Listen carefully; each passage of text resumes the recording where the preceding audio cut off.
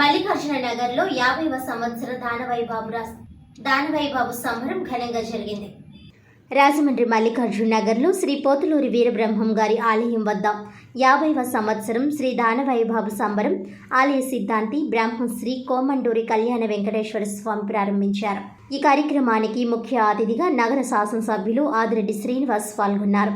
ఈ సంబరంలో మొదట చిన్నారులతో, కలశాలలతో మరియు తీన్మార్లు, డోలు సన్నాయిలతో, శక్తి వేషాలతో ఘనంగా పలు వీధుల్లో ఊరేగింపు జరిగింది.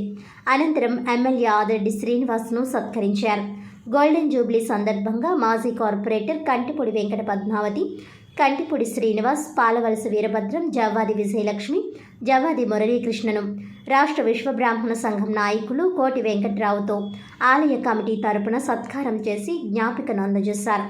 ఈ కార్యక్రమంలో అధ్యక్షులు అప్పల భక్తుల సత్యనారాయణ, ప్రధాన కార్యదర్శి బాల మురళీకృష్ణ, కోశాధికారి గుండె భక్తుల శ్యామ్, ఉపాధ్యక్షులు మండ సాంబశివరావు, సహకారదర్శి కోవాడ వీరభద్రరావు మరియు అప్పల భక్తుల ప్రకాష్ రావు, జవాది నారాయణరావు, సత్యనారాయణ, ఆచారి, అప్పల భక్తుల వెంకటాచారి, నెల్లూరు రాధా మురళీకృష్ణ, పొన్నాడ వెంకటాచార్యులు, వేముల సీతారాం, దేవి రమేష్, ఈ శ్రీను, చేబ్రోలు బ్రహ్మాజీ, లంక వెంకటేష్, కాకర్ల శ్రీనివాస్, నల్ల సత్యనారాయణ తదితరులు పాల్గొన్నారు.